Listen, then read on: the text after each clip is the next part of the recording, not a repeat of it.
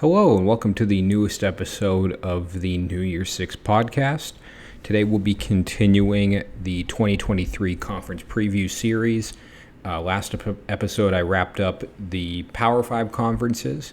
So today I'm going to move on and head over to the Group of 5. And the first conference on the schedule for this week is going to be the American Conference. So conference with a lot of shakeup, kind of like the Big 12 where they lost 3 teams. They ended up bringing in, quite a few as well. So a lot of new faces in the American this year. A lot of new competition, and going to be interesting to see how it sorts out.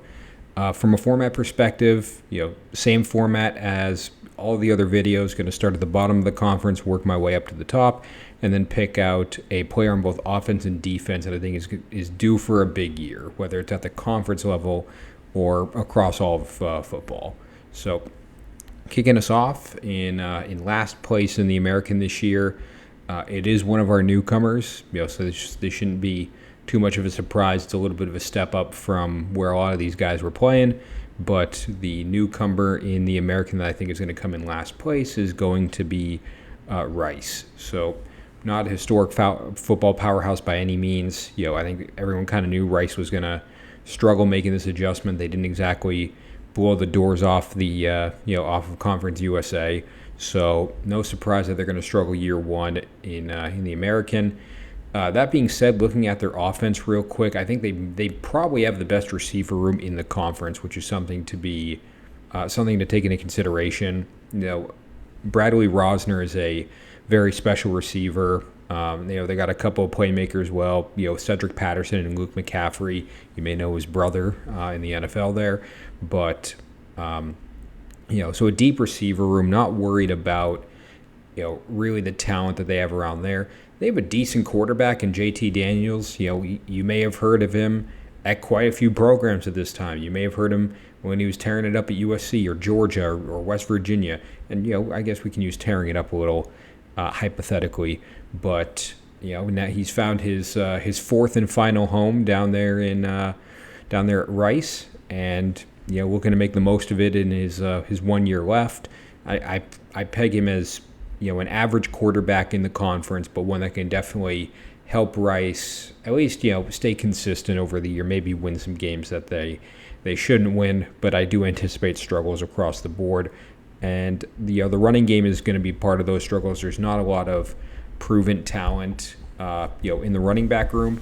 I do look at it as one of the weaker ones in the conference. So my breakout star or my breakout player on Rice's offense is going to come from that running back room.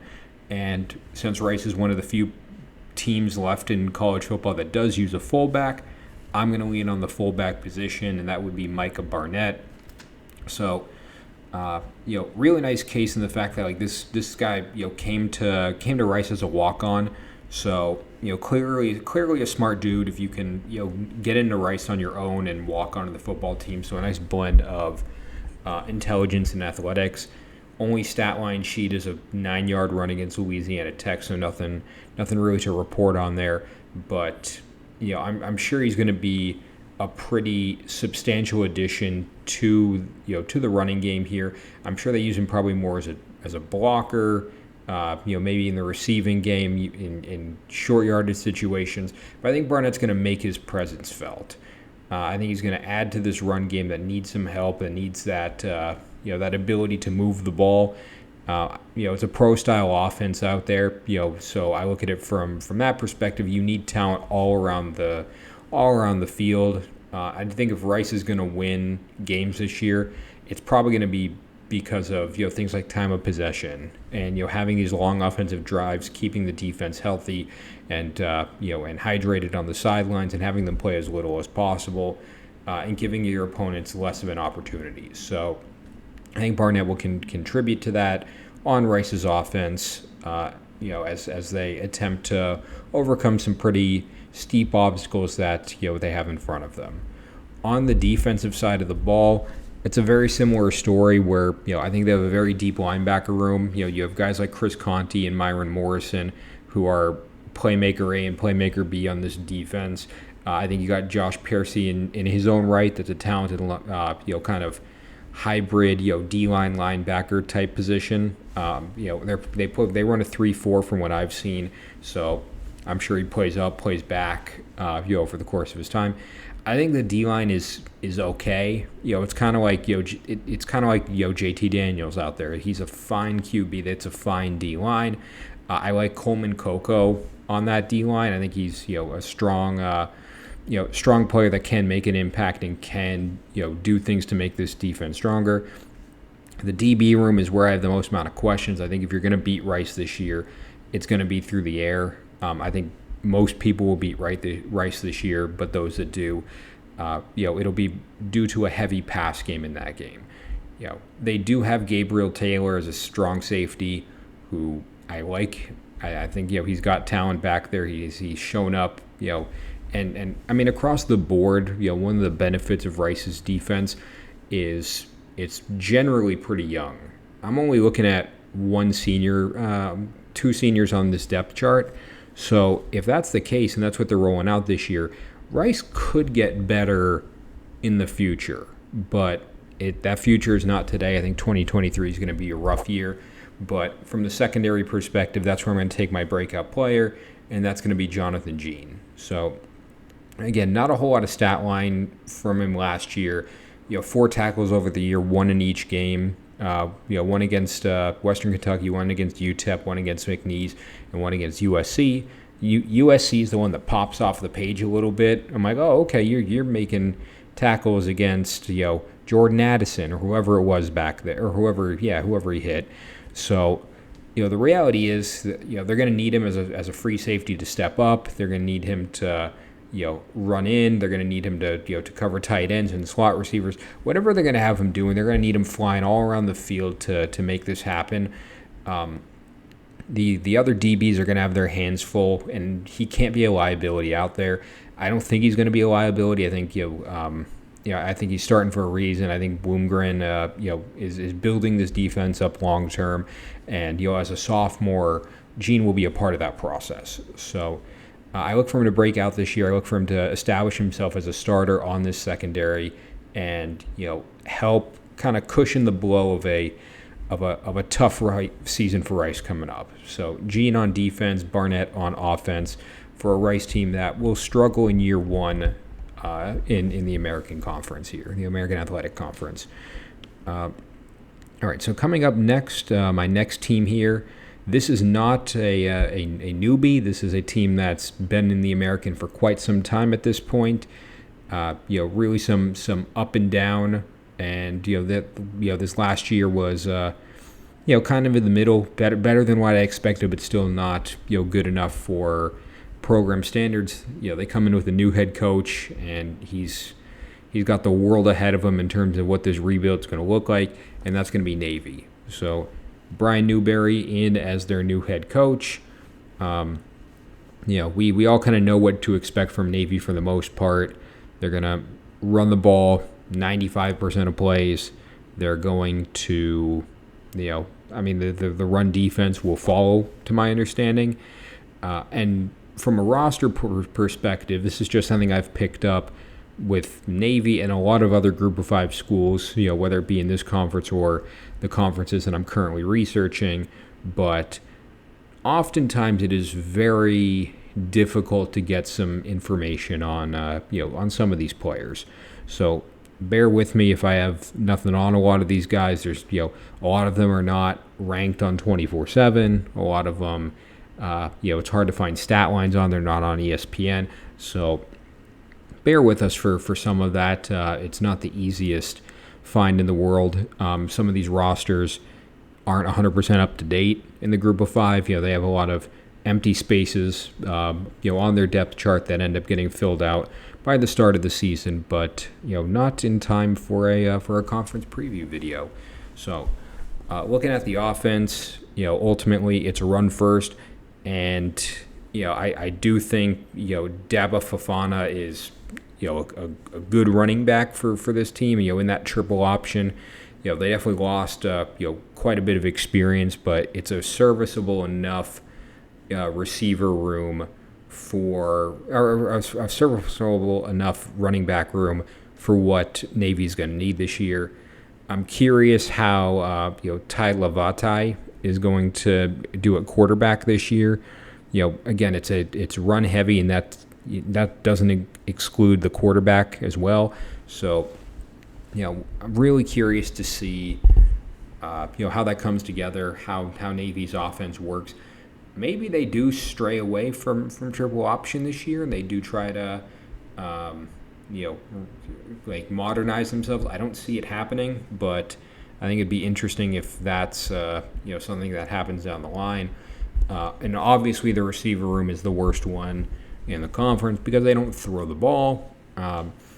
I'd like to think that there's a breakout player from this receiver room just by virtue of the fact that someone needs to step up and someone needs to catch the very few touchdowns that are thrown. So with that in mind, my breakout player is going to be Kamari Williams, senior wide receiver, no real stat line, hard to find anything on these kids, especially Navy. Really hard to find anything there. So just by virtue of he'll be one of two receivers out there, probably. I don't expect a whole lot of pass plays coming out of Navy's offense, but if they do, they're probably coming Williams' way. So I expect that stat line to pop a little bit more. I expect him to find the end zone. I expect him to be a viable option for Navy's offense. Looking at the defense, same deal. The run defense and run offense kind of mirror each other for this team. I do think it's a very good D-line, which is kind of a result of that that high-level play from a running perspective. Jacob Busick, Donald Bernard. So quite a few playmakers up front. Not worried about anyone running on this team. So they're used to seeing it in practice. They're used to just getting running backs come up the gut every single play in practice. So they're ready to go by the time the season rolls around. The DB room's actually decent, borderline top 5. Probably more closer to the middle, but almost top 5 in this conference, and it's really on the back of Rayon Lane, really talented safety. Evan Gibbons is another name to look out for, and BT Williams is another name. So not a shortage of talent in the secondary. Which when you think of Navy, that may not be what you first think of. So. I think it's going to be harder to score on Navy this year than it has been in the past. Linebacker room is the one I have a little bit of questions on. Outside of Colin Ramos, I'm trying to figure out who your main guy is. And it's a 3-4 offense, so there's a lot more linebackers out there. You'd expect them to have more of a presence. And with that being said, the breakout player I'm going to pick is going to be from that linebacker room. It's going to be Jordan Sanders. Not a whole lot of information on this kid. Can't find really anything. So, what they have him listed as in this depth chart is that hybrid D-line linebacker. You may call it an edge. At Navy, they call it a raid. Every school has their name for it. So that's what Sanders plays on this defense. I expect him to be a starter on this defense based on what I've seen. I expect him to take a more active role. And we'll see. I think the defense as a whole is a little bit more run run defense heavy. So if he steps up and plays in that capacity, it's going to be he's going to make it hard for defenses for offenses to run the ball on Navy. So again, not a whole lot of information on the kid. He is a junior, so this is going to give him that time to build himself up. And definitely be a starter next year, and that's what my expectation is for Navy. For Sanders on defense, Williams on offense. It's a rebuild for Newberry, and Navy's going to struggle this year, but there might be some bright spots along the way. So and just looking at Rice, Navy, and this next team, I think they're all pretty interchangeable with where you could have them finishing 14th, 13th, or 12th. So wouldn't be offended if you switch the order up, but generally that's where I've got any of them. So moving on, Rice in 14th, Navy in 13th. Next up we have Another team coming back from that played in the American Athletic Conference last year, a team that has habitually struggled for at least, I don't know what, probably somewhere in that 5 to 7 year range. So it's been a while since they've been pretty competitive, and that would of course be Temple. So Temple, no surprise there. A lot of work to be done here by Stan Drayton. He's in year 2, and I don't expect a whole lot of an improvement this year compared to last year. Last year they were one of the worst teams in the conference. I expect more of that again this year. He just doesn't have. It's just not there yet. It could be, knowing that you're in Philadelphia, you do have talented players in the state of Pennsylvania, in the DMV area that you can pick from. If they make their way to Temple, Temple could be a good team. It's just not going to happen this year. The offense is, I guess like consistently average across the board. Definitely no glaring issues there. I like E.J. Warner at QB. You may know his father, Hall of Famer Kurt Warner. So, got that QB gene in him, and looking forward to watching him play in year 2 with him under the helm. Could be a true leader for Temple down the line. Being a sophomore and starting again, could be someone that Temple leans on for the future. I think Edward Sadie is an average running back in this room, or in this conference. So, not really worried about the running game. I think you have a good enough QB to win some games and propel yourself. The receiver room is, I wouldn't even say it's that bad. It's just the one I'm probably the most worried about, because really outside of Ahmad Anderson, I'm curious who that next guy is. And I think if we're looking at breakout players, let's take someone who just moved to wide receiver last year, and I think is going to make a bigger impact this year. That would be D'Wan Mathis. So that name may be familiar, even if you don't follow Temple very closely.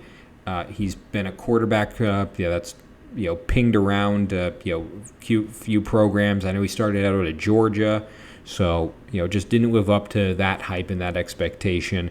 And to be clear, he was a 3-star in the class of 2018, so the expectation was not that he was gonna win the Heisman or anything. But moved to receiver last year, didn't have a whole lot of hasn't had a whole lot of success there yet. But I guess the mentality would be that I'm sure you can use him in some sort of jet sweep. I'm sure he's got hands if he got moved out to wide receiver. So I would expect Warner to have Mathis as an option for quite a few plays, open up the playbook a little bit more, and from there, just make the offense a little bit more well-rounded. So that's my expectation for Mathis at the receiver role. On defense, you got two. I mean, this defense is on paper at least pretty good. The linebacker room is looking really nice. Really with Jordan McGee, Yvonne Rigby. So not too worried about that. Leighton Gordon as well. It's a 3-4 defense, so the linebackers are really important. And this group strikes me as one of the best in the conference when it comes to returning production. The DB room, I think, is deep, and I think it's talented in their own right. Alex Odom at strong safety is there. Jalen McMurray. Who else you got? Mahim McCargo, Elijah Darraville. It's hard to just narrow it down to one, because there is a lot of talent back there. So I'm not worried about the linebacker room. I'm not worried about the DB room. I am worried about the D-line. I think this is probably the least proven and least experienced D-line in the conference. I think if you're going to beat Temple this year, you're just going to have to run it right up the gut and get 6 yards every time, and you should be able to just march down the field without an issue. I guess the only one that has any sort of pedigree would be Jaquavion Mahone. And with that in mind, I think your breakout player is going to come from this D-line, and it's going to be Demerick Morris. So limited stat line, pass defended against Cincinnati last year. And, it's a Cincinnati team that made it to the Power 5 now, so definitely something to hang your hat on a little bit. Half a sack against Lafayette, who's down in the FCS. So, again, he's a junior. He's one of the youngest ones on this defense. what is his role going to look like when he's getting double teamed by a center and a guard? Is he going to be able to break that double team and fill a gap? These are the questions we need to have for Temple if they are going to evolve as a program. I think Morris can do it. I think this is the year he shows why he has a starting role in this program, why he can evolve, why he can evolve as a player, and how they can develop this defense even further. So really looking forward to Morris on defense as well as Mathis on offense in a year two of a Temple rebuild that it's going to take a little while. So if you're there in Philly, be patient because this isn't it. All right, moving on. So Rice in 14th, Navy 13th, Temple in 12th. We're moving on to 11th. Another team that comes from out of the conference. And just for clarification, these next four I think are pretty interchangeable in terms of where they end up. But another team that has come from outside the conference, looking to make a splash in the American in their first year here, and that would be a team with a new head coach. That would be Charlotte. So, year one of Biff Poggi. Only thing I know about him is that he's getting into like Twitter battles online with just anyone that'll fight. I think it's hilarious. If you're a Charlotte fan, I would be cautious about that because as a Florida fan who watched their head coach routinely battle people in recent memory, looking at you, Dan Mullen, it doesn't always end well. So, don't fight these battles yet until you've won a few games on the field. But as a neutral fan, it is funny when he goes after people online. Looking at the offense, I mean, like the defense too. There's just a lot of question marks all over the place.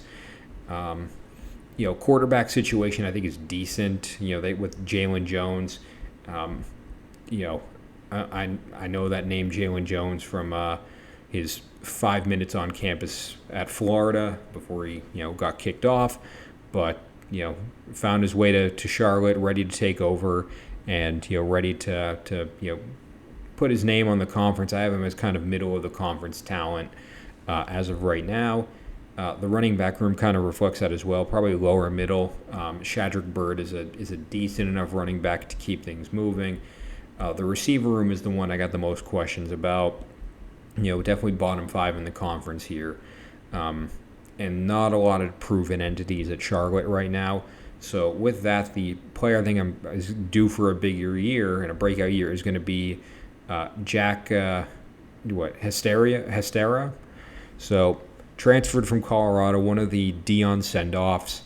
Only notable stat line is a 31-yard catch against Washington. So big play against a good team. I know Washington's defense is not historically that good. It's just throw it up and see what happens.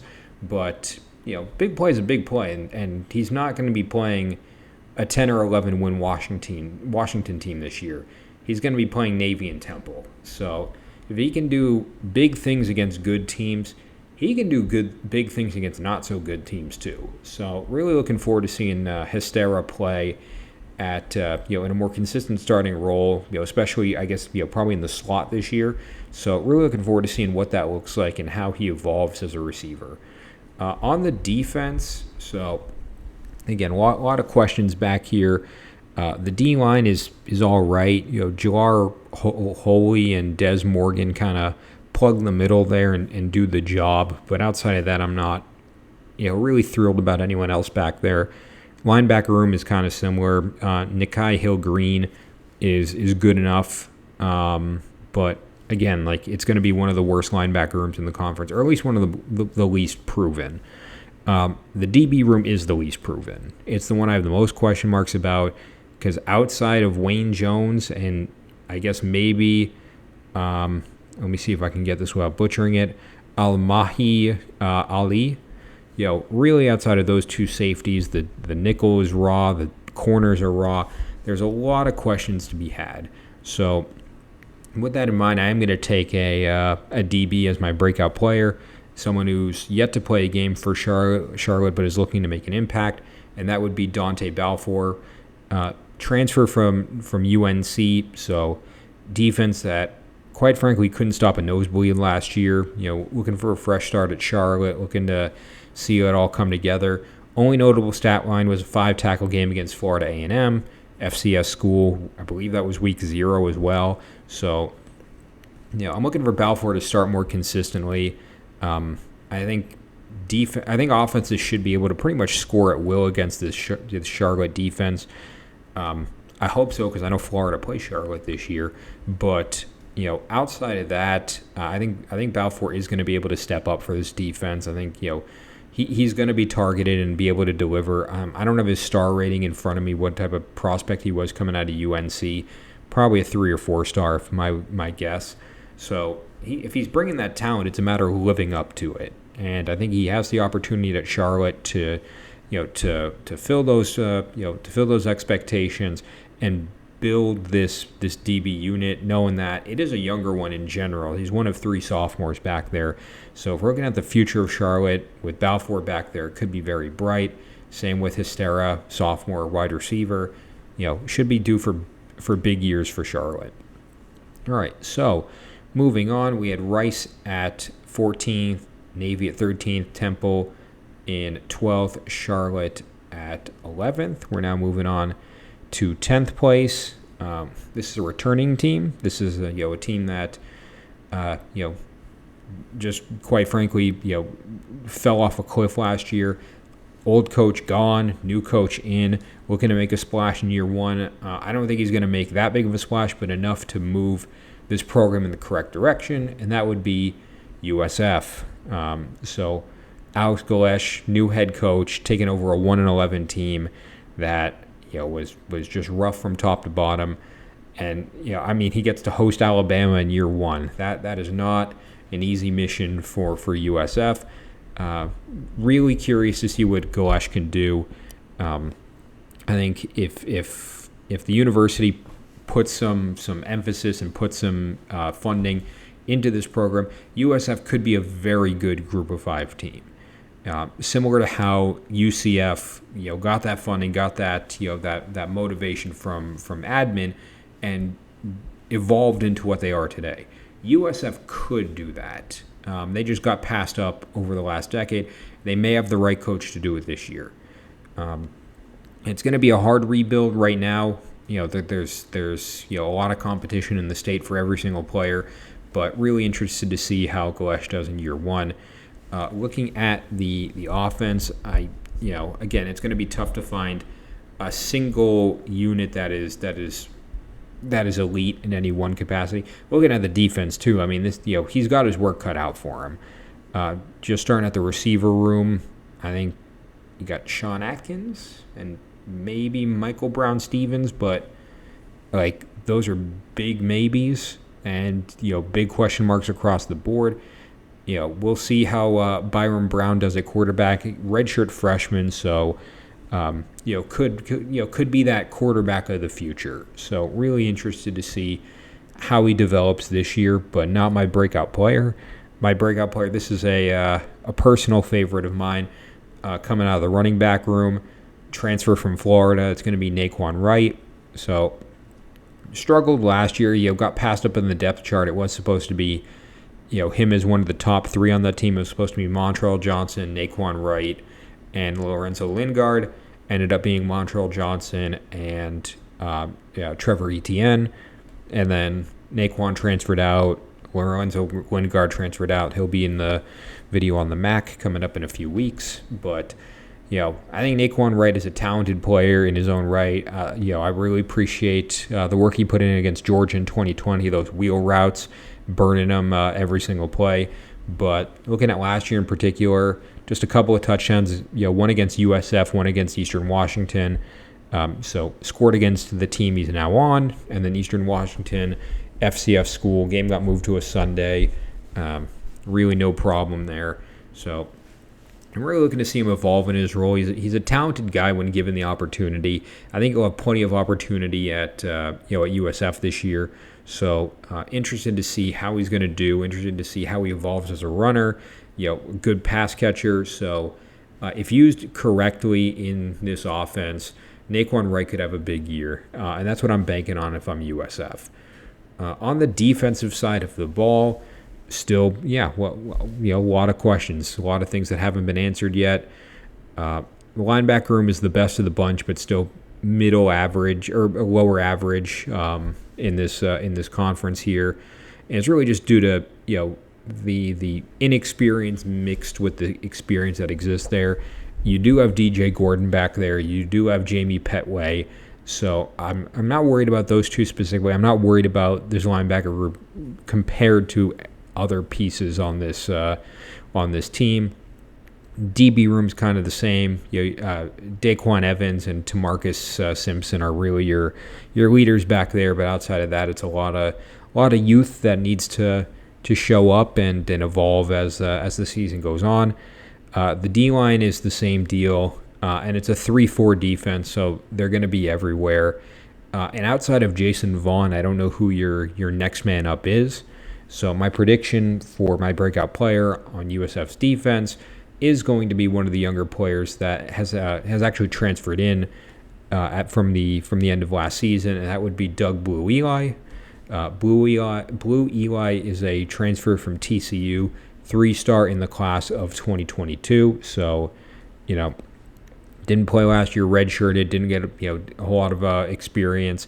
So, going to be thrust into the spotlight at USF and presumed to be a pretty big part of this defensive line. So, really looking forward to see him play. Looking forward to see how this D-line evolves over time.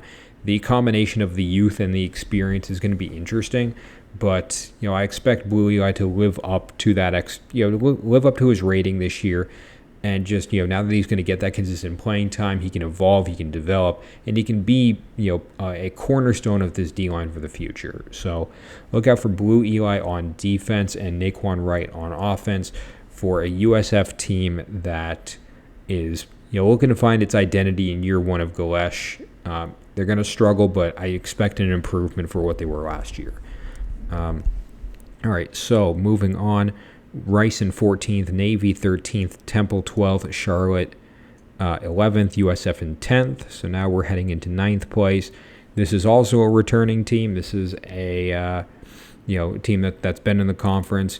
They did okay last year, and I expect okay to be kind of that MO again this year. Nothing spectacular, nothing special, but just exactly where they are right now. This is going to be Tulsa. So if I'm not mistaken, Tulsa is the smallest school by enrollment in all of FBS. So disadvantages galore. Small school.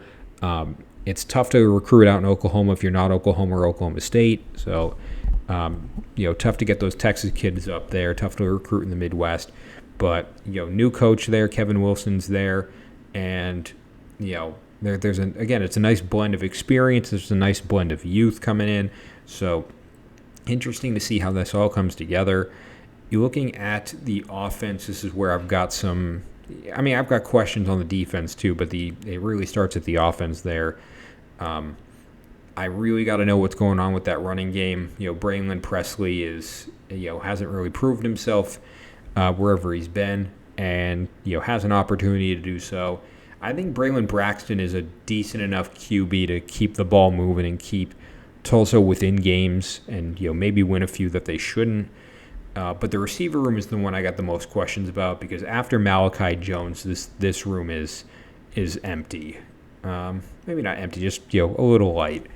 And in terms of who I think is going to break out, I think you got to put the youngest guy on the roster, or the youngest guy on the offense there, and give him a shot, and that's going to be Keith Wheeler. So 3-star recruit in 22, presumed to be a starter on offense this year at receiver. Interesting to see how that all comes together.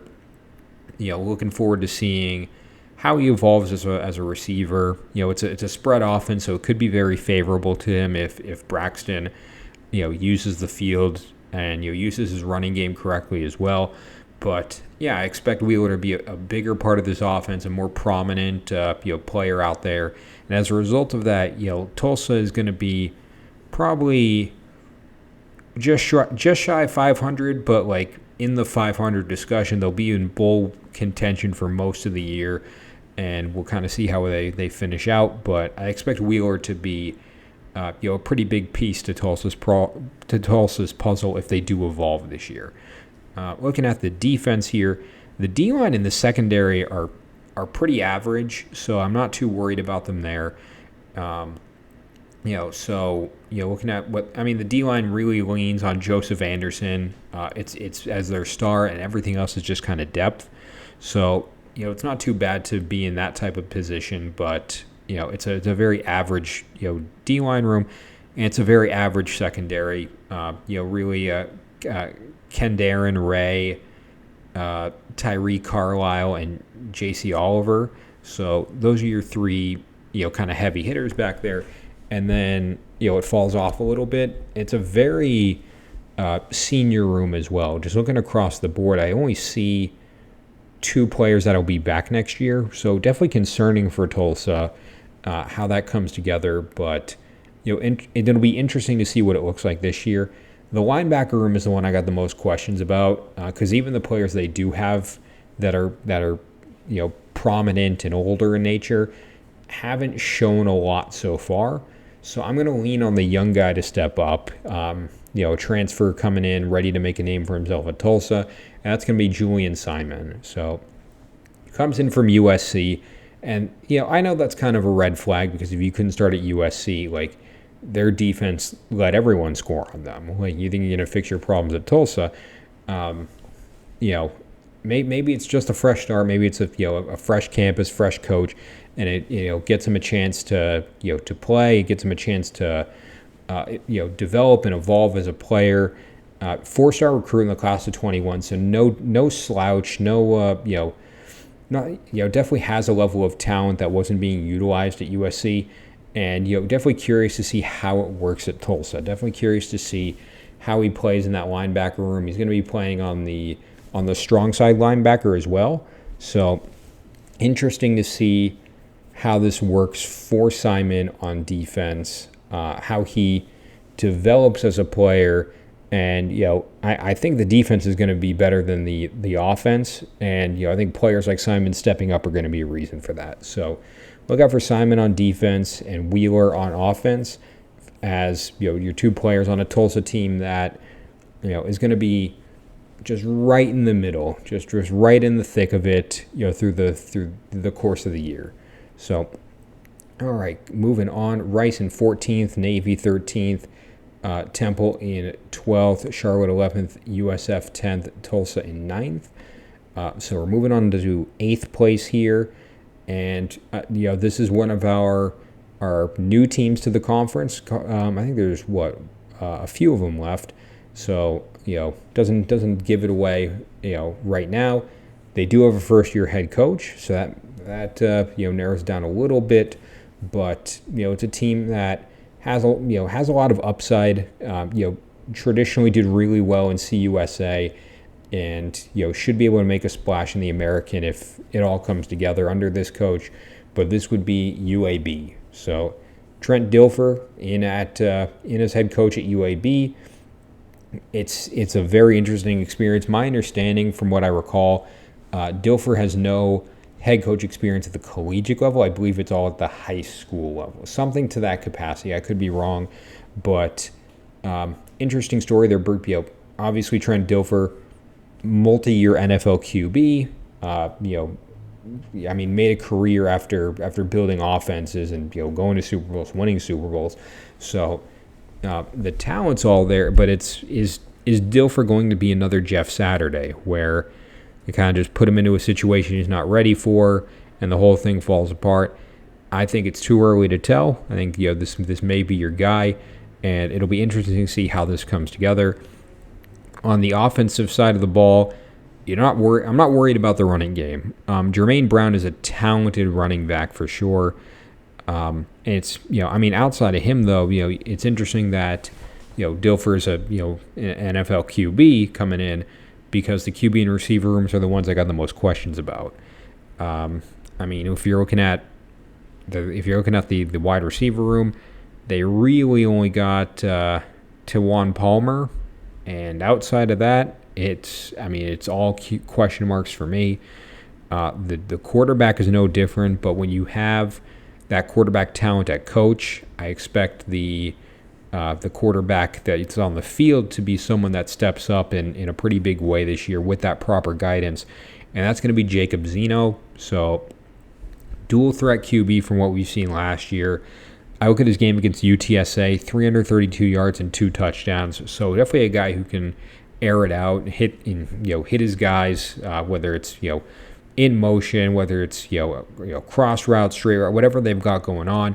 Zeno can be the guy who does that.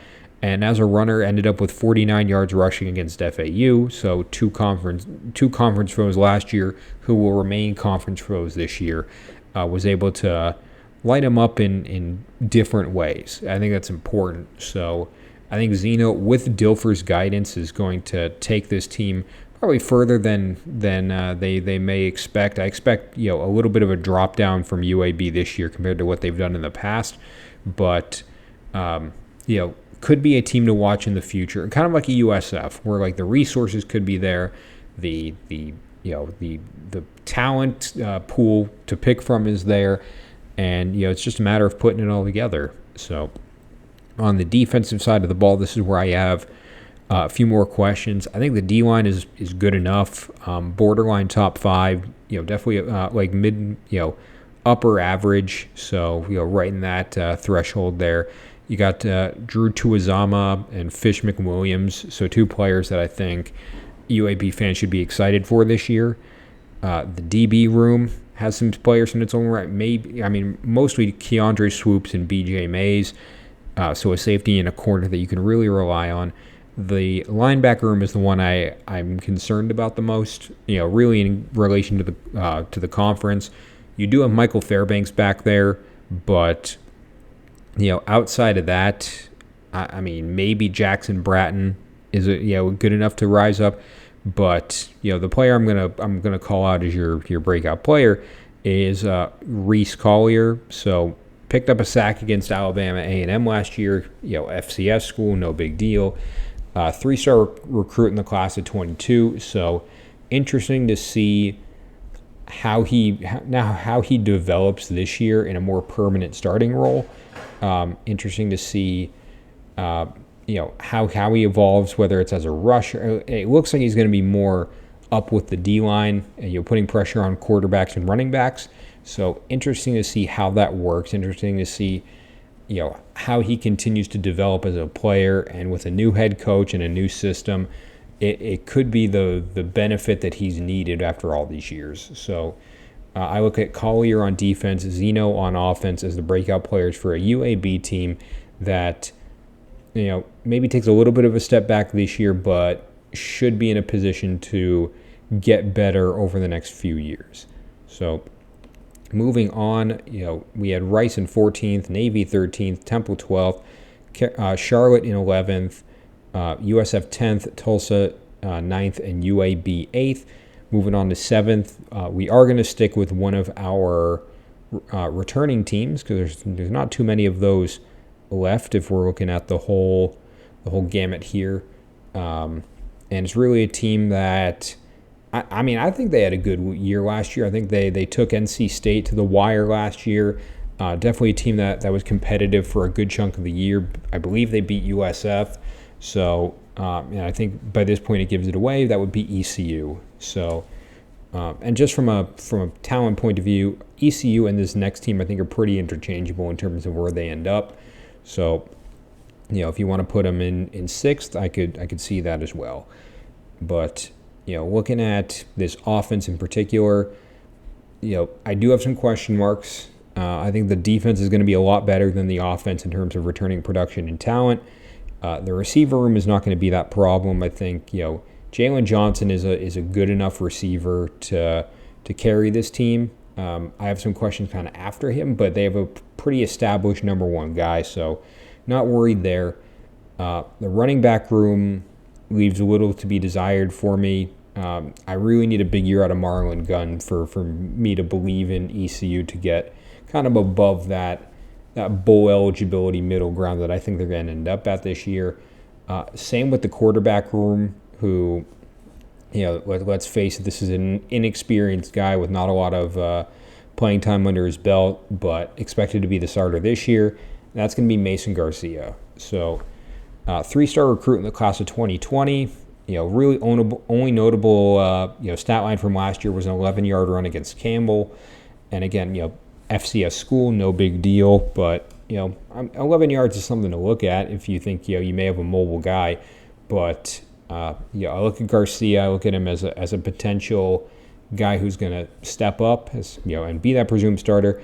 And knowing that he is a redshirt sophomore, he could be the guy for future years. So could be someone that Mike Houston uses as his prodigy for ECU for at least a couple years there, and really keep ECU consistent going into the future.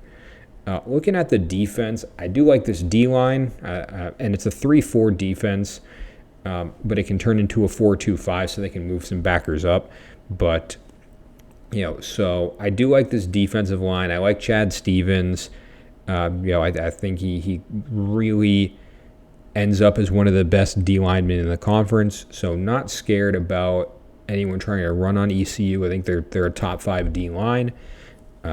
Looking at the linebacker room, I have them kind of right in the middle. Same with the corner room. So not too worried about anyone on defense the way that I am on offense. But the linebacker room is really carried by Jeremy Lewis and BJ Davis. So 2 experienced guys that are gonna do everything they need to do. Lewis being more of a pass rusher, BJ Davis playing more in coverage, but a duo that works well together, and a duo that with the rest of their linebackers can put together a pretty special season. Same with the DBs. Julius Wood and Tegan Wilk are a 1-2 dynamic punch in the safety role. So not too worried about passes over the middle. The breakout player I'm going to pick is going to be at in that secondary room in one of the corner spots, and that's going to be Isaiah Brown Murray. So 3-star recruit in the class of 22, redshirted all of last year and presumed to be a starter this year. So that's a big move to make, going from riding the bench to starting with very little experience in between. I think Mike Houston knows what he's doing. He's been here a few years at this point and is ready to, knows how to evaluate his talent and put them in position to succeed.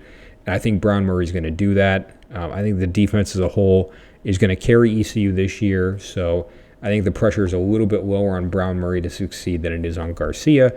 But regardless, I think both of them have big years for ECU, especially if they end up surprising a few teams, making it past bowl eligibility and maybe into the top half of the conference here.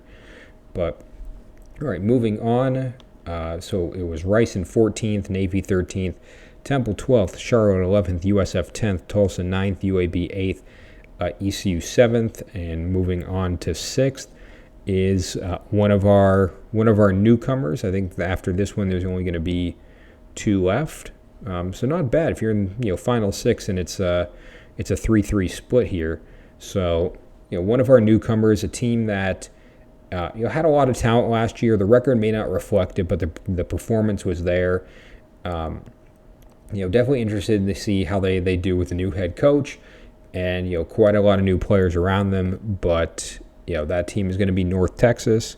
So I'm thinking North Texas is a pretty good year.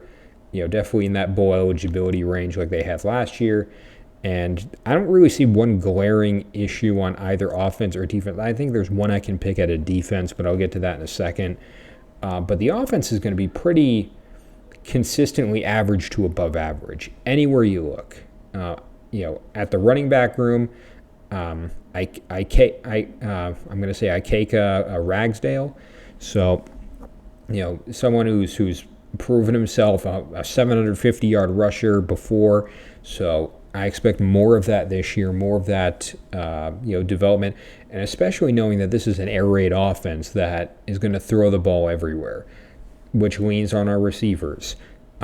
This is where I don't even think it's that much of a step back, but having Roderick Burns in there as a go-to player is huge for this team. So You have your number one RB, you have your number one receiver. It's just kind of depth at that point. And even the quarterback that I'm looking at, this is going to be my breakout player, someone who's proven themselves in a capacity so far, just a matter of how will they evolve when they're a new team, and that would be Chandler Rogers. So Chandler Rogers comes in from Louisiana Monroe. The notable performance I saw was against South Alabama, which is 371 yards and 4 touchdowns. And that was a good South Alabama team. That was one that, took UCLA to the final seconds on the road. So, he lit them up. And I'm really interested to see how Rogers does in North Texas in an air raid system that quarterbacks love. So he comes in. I think he's got a big opportunity at North Texas this year. I think North Texas as a whole could end up as one of the perennial powerhouses in this conference. I really do think any team in Texas or Florida or California, whatever conference they in, they should be one of the favorites every year. I say that about Texas State. I say that about UTEP. I say that about FIU. Whoever's left, Fresno State. Like, those should be your perennial favorites just due to the amount of resources you have. And North Texas is going to be no exception to the rule, but really interested to see what Rogers can do in this position and how he takes advantage of a new coach and a new system. Looking at the defense real quick, love this D-line. It's the best one in the conference as far as I'm concerned. And it's hard just picking out one player. I mean, really, Mason Richards is the guy there. You can go down the line and pick them all. The linebacker room, I think, is going to be average. I think the defense falls off a little bit compared to what the offense is. Not by much. It's a little bit more top heavy on defense.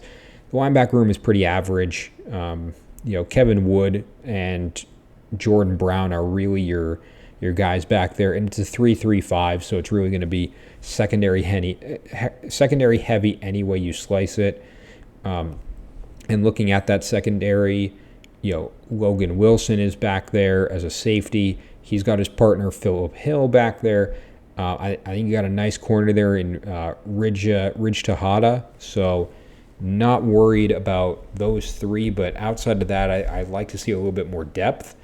And the player I'm going to pick as my breakout player is someone that missed all of last year, but someone who is not new to North Texas, 3-star recruit in the class of 2019, but just needs that chance to step up, and I think he's going to get it this year, and that's going to be Nick Nakwasa.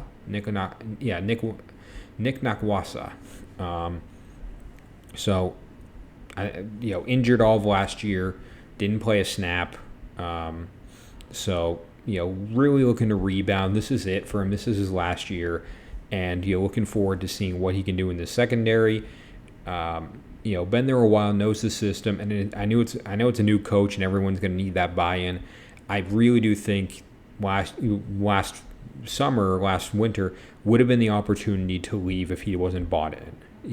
Missed all of last year with an injury, new head coach. He could have pieced out and gone anywhere, and he stuck around. He's here for the long haul, and really interesting to see what he can do coming off that injury and being a cornerstone to this defense this year.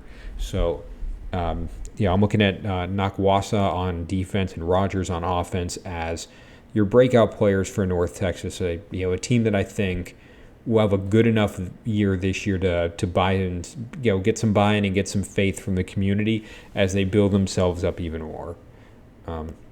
So moving on, Rice was in 14th, Navy 13th, Temple 12th, Charlotte 11th, USF 10th, Tulsa 9th, UAB 8th, ECU 7th, and North Texas in 6th. So we're at our final 5 now, and I think for transparency purposes, let me see. I think these next few teams are all pretty interchangeable. So the next probably 3 are all on the outside looking in. And I think you can make an argument for any of them making the conference championship. So this next one we got is a newcomer. So coming in, did not meet expectations last year. Head coach gone, new head coach in, and I think the expectations are pretty. I would say more prolific this year. The expectation is to come in and compete for a spot in that conference championship. That's going to be FAU. So Willie Taggart is out. Maybe he'll get another chance at Florida State and try to ruin them. Tom Herman is in. Now, if you are a Longhorn fan, that name strikes fear into your heart. But, maybe Tom Herman is the next Lane Kiffin, where he uses FAU as his stepping stone back into the Power 5. Really, time is going to tell. But, I think conceptually Tom Herman is a good X's and O's coach. Guy's a Mensa member, smart dude, and interesting to see what he's going to do at FAU. On offense, I'm not worried about this team offensively. You bring in Casey Thompson from Nebraska, originally at Texas with Tom Herman. So one last ride with Herman and Thompson. Going to be interesting to see. I think Thompson comes into the conference as a top 5 QB. I think Larry McCammon is a top 5 running back in the conference, and it's an up-tempo, keep it moving type of offense that I know they're going to lean on the running back for.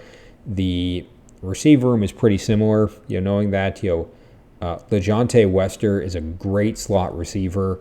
I'm sure at the end of this year, he'll be eyeing the draft. If he's not eyeing the draft, he'll be eyeing the transfer portal to try to eye the draft. And I think you got Jaquan Burton as well there, who is serviceable in his own right. The player I think is going to step up on offense is going to come from the receiver room, but it's not going to be one of those first 2 guys. It's going to be Carter Boatwright. So 3-star recruit in the class of 2020, hasn't had a whole lot of opportunities to show himself yet. Really only notable time was 2 catches against Western Kentucky, and Western Kentucky, pretty good team in CUSA historically, but going to be interesting to see how he's used in this offense, how he's going to be used, with a new head coach, a new quarterback.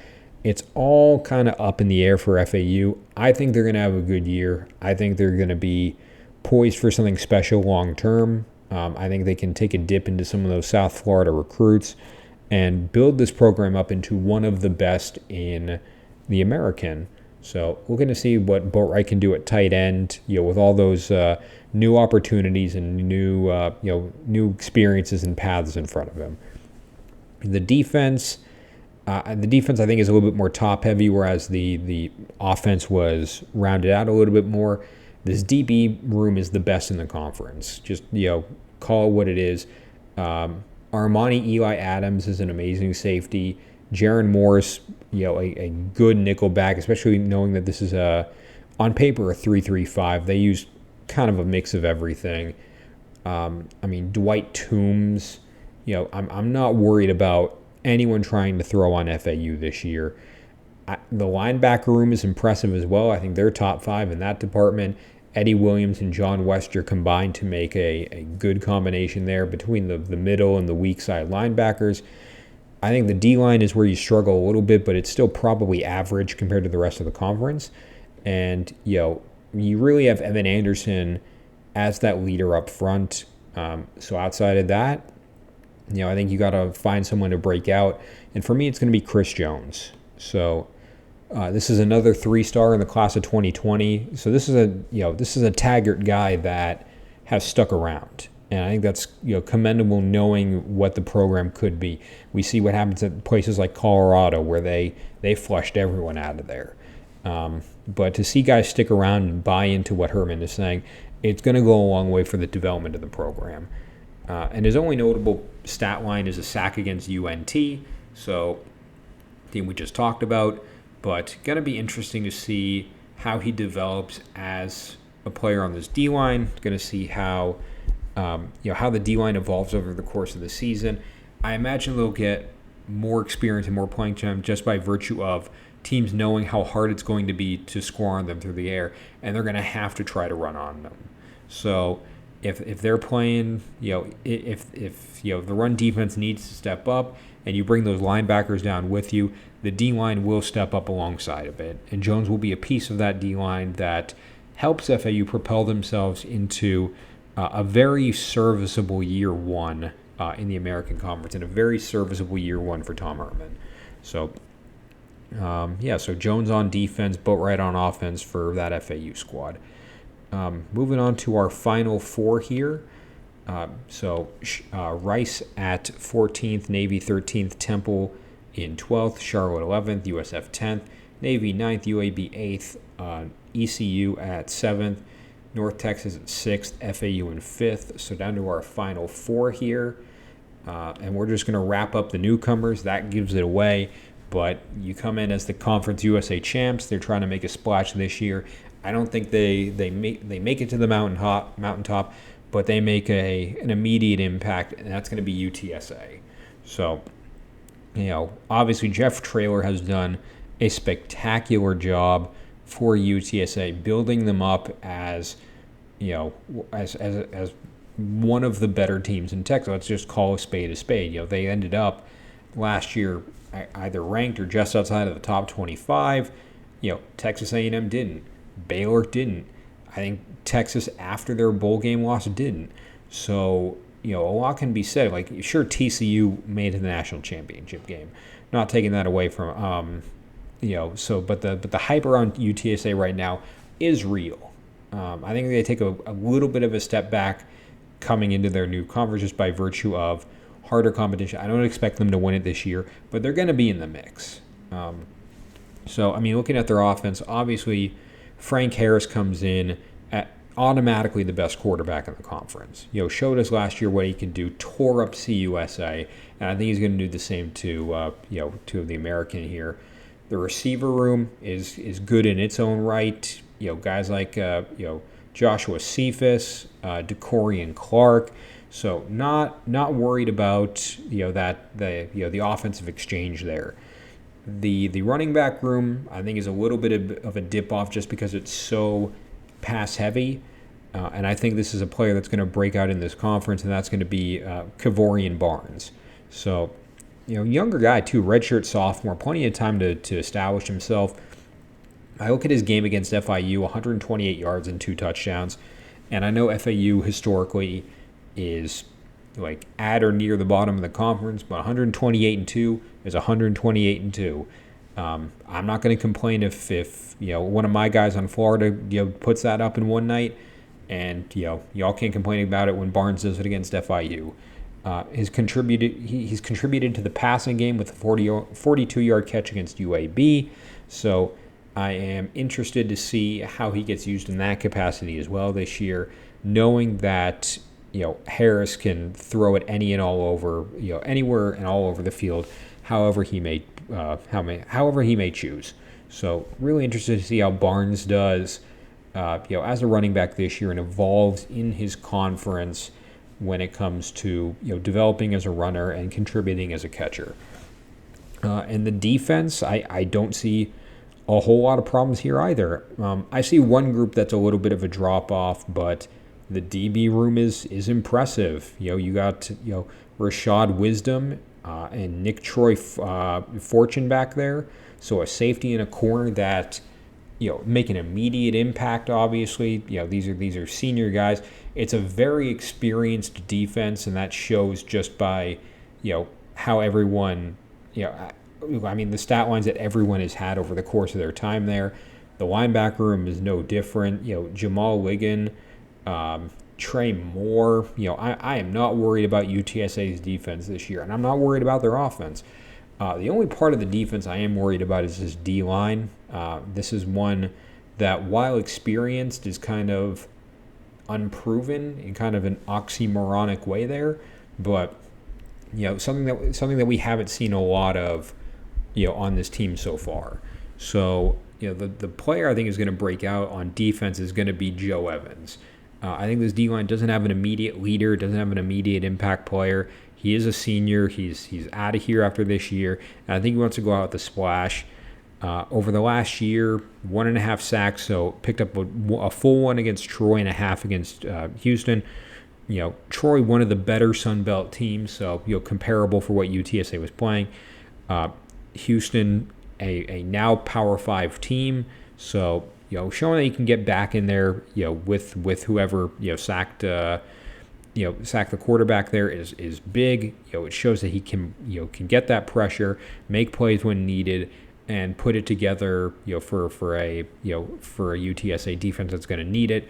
Picked up a couple of tackles against Army, and that triple option stuff is hard to defend, especially on the D line. So, shows that he's in the mix. He's in the thick of things from the start of a game to an end of the game, and knowing that he's going to be in it more consistently will be big for UTSA. So look at Evans on defense, Barnes on offense as your offensive and defensive breakout players for a UTSA team that, let's face it, they could be back in it again this year in their new conference. All right, moving on to our final three. So, just recapping: Rice in 14th, Navy 13th, Temple 12th, Charlotte 10th, USF 10th, Tulsa 9th, UAB 8th, Charlotte 7th, North Texas 6th, FAU in 5th, UTSA in 4th. So that brings us to our final three, all returning teams. So we know that the champ and the runner-up will come from someone who's been in this conference for a while now. So just to kind of look over who we have left and pick that final team. It's we have Memphis, SMU, and Tulane. So Tulane, obviously, the champ, the one that ended up going to the Cotton Bowl meeting USC. You got Memphis there, who's succeeded in their own right. They're being eyed at for potentially conference expansion. Same with SMU. So big year for all three to showcase their brand and what they can bring to the table. The team I have in third place and the one on the outside looking in will be SMU. So that means a conference championship of Memphis versus Tulane. So I'll start with but breaking down SMU first. So looking at this team from kind of top to bottom, there's only one real position I'm looking at, and that's that is quarterback. When Tanner Mordecai is gone, you need someone to replace him. But just to cover everyone else real quick, I like Jalen Knighton, one of the best running backs in the conference there. So I think, and it's an air raid offense, so the fact that he's been able to do what he's done is impressive. Looking at the receiver room, you got quite a few players. I like RJ Maryland at tight end, underrated player and someone that has continued to show up, early in his first year, looking to make a more permanent impact for SMU this year. Same with Jordan Curley, again, but not a sophomore, but someone who's made an impact for quite some time now, and someone who's gonna have another big year this year. But when you replace Tanner Mordecai, you got to do it right, and Preston Stone is going to be that guy. So that's my breakout player. Touchdowns against Tulsa and Cincinnati last year. So two conference teams, Cincinnati going off to, where are they at? Oh, Big 12. Lost my mind for a second. Rushing touchdown against UCF and Lamar. Kind of the same deal. UCF off to Big 12, Lamar, FCS school. So dual threat guy who can run it, guy who can throw it. Just needs that experience and that permanent opportunity. So I look to Stone to get that in an air raid offense that is favorable to his skill set. Going to be interesting to watch. SMU is going to be a fun team in this conference. Definitely excited to watch it. Looking at the defense, I think there's a little more weakness here compared to the offense. I like the linebacker room. I think they're probably borderline top 5.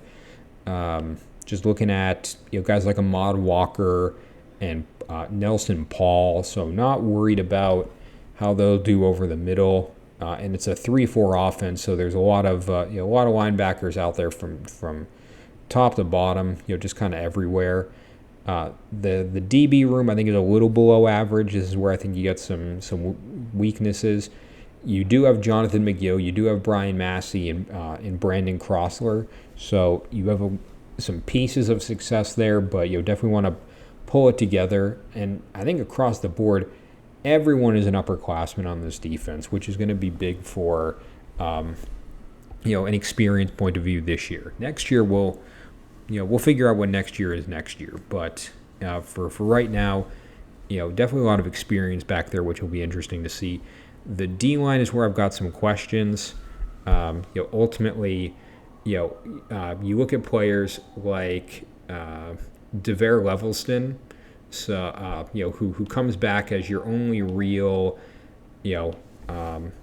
starter or impact player from the past there. But really outside of that, you don't have anyone that is going to immediately step up. And I guess kind of with that in mind, the player I'm looking for to step up here is going to end up being Elijah Roberts. So if I'm not mistaken, he's a transfer coming in from Miami. So just looking for that new home. Again, looking for those new opportunities. Didn't play a whole lot last year. I don't have what star he was in the class of 2020. I'm guessing probably a 3 or 4 star. But new opportunity, new chance to see how he does in a new environment. Comes in as a senior, ready to rock and roll, and again, like add to this D line, add to that pressure that they need to establish if they're going to evolve this year. So I look for Roberts on defense, Stone on offense as your offensive and defensive breakout players for SMU there.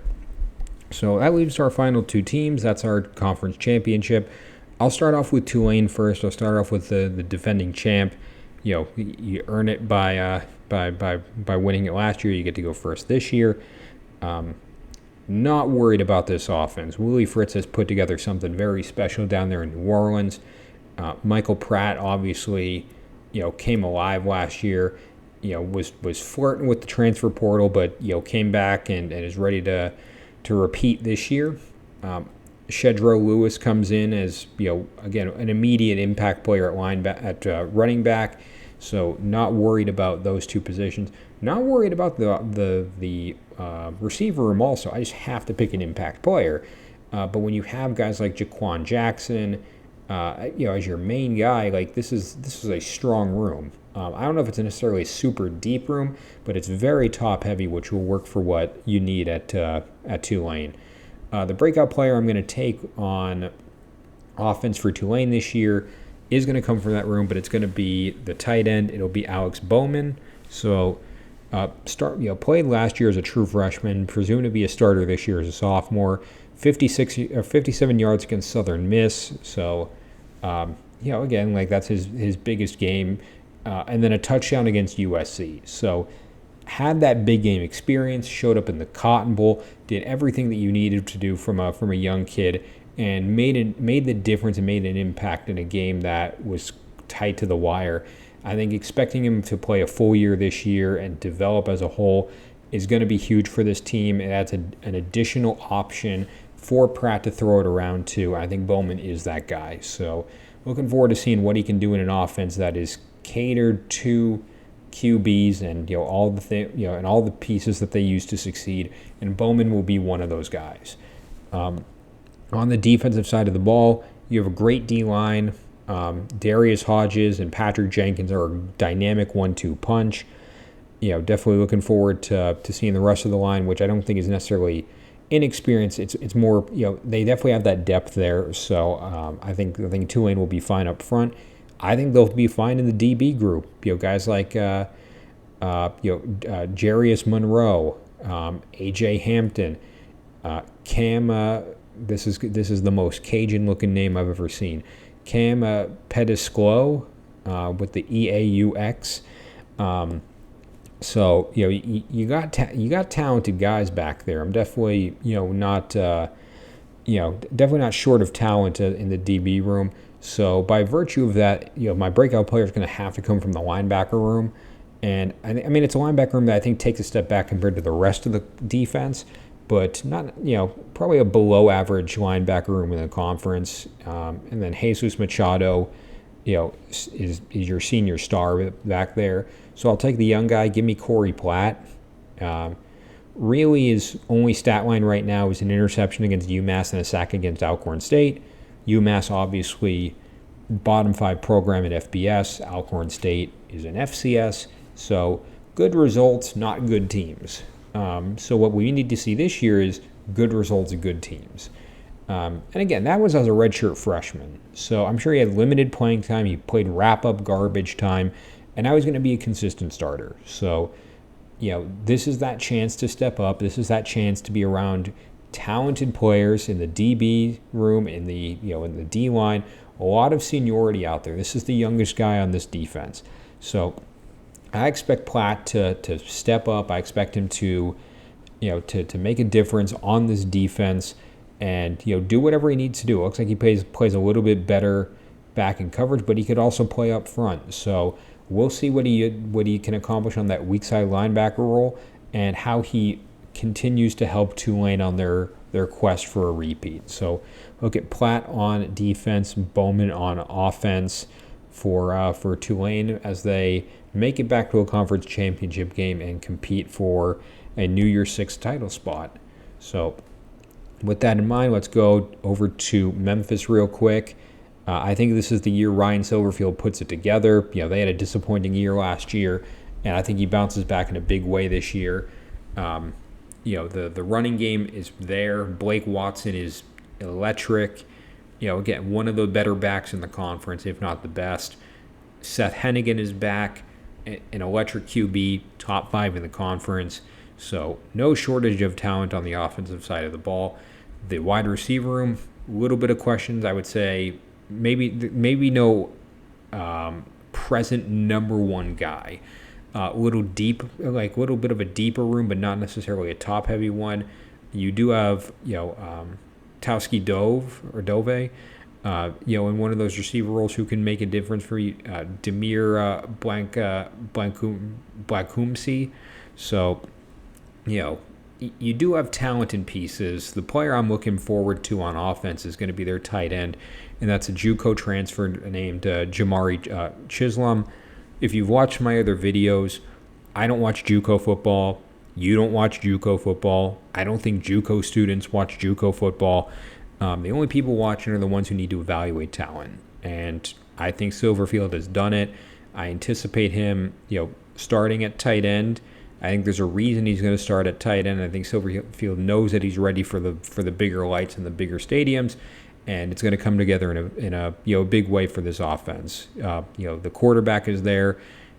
They can establish the running game, and as a result of that, Chisholm is going to find himself more open than probably he's used to. So I expect Chisholm to be a dynamic blocker and catcher over the course of his career at Memphis, and it starts off with a big year one there.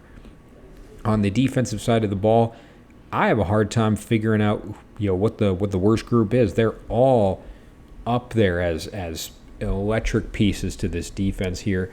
The D-line is top 5 in the conference. You have Jalen Allen on one end. You got Cormonte Hamilton on the other. I mean, what are you going to do there? It's going to be hard. It's going to be a hard day on those tackles every time you play Memphis. The DB room is top 5 in the conference. You have Simeon Blair at safety. You have Greg Ruman on one corner. You got Davion Ross at the other corner. You're not throwing it, for 250 against this team. It's not happening. So how are you going to beat them? The linebacker room is top 5 in this conference. Chandler Martin is your leader, and especially, and he's a younger guy too. Jeffrey Kenton Arku is a leader from a senior point of view. But the player I have to pick as your breakout player is going to come from this room, but it's going to be Marcus Tillman. So he's going to be on that strong side linebacker, in that strong side linebacker position. He's a JUCO transfer, and again, kind of following the trend. I don't watch it, you don't watch it, nobody watches it but these coaches. And Silverfield has identified this guy as someone who's going to immediately step in, make an impact, and make this defense better. So really looking to see what Tillman can do, because I haven't seen it, but I believe in Silverfield. I know he can step up. I know he can take this team to that next level. And the decision to find guys like Tillman and guys like Chisholm and add to this roster are going to go a long way to make that happen. So with that in mind, now I have to take a conference winner here. So Am I going to take Tulane, the returning champ that wants another shot at a New Year's Six bowl? Do I take Memphis with a huge bounce back year and putting it all together? Which one am I going to take? And I think the winner of the American Athletic Conference football year for 2023 will be Memphis. I'm going with Memphis. No shade to Tulane. I think they got a talented team this year. Memphis, I think, is just deeper all around the board. That conference championship game is going to be fun. It's going to be a good time. Tulane versus Memphis, two teams that that are going to bring it again this year, and I'm really looking forward to seeing that new blood in the conference championship. But all right, so that concludes this episode of the New Year's Six podcast. Thank you all for listening today. Tune in next time as we work our way through the group of 5 down to Conference USA as we get closer to the start of the college football season. We're about 5 weeks away. I'm looking forward to it. You're looking forward to it. And until then, thank you for your time. Have a good rest of your day.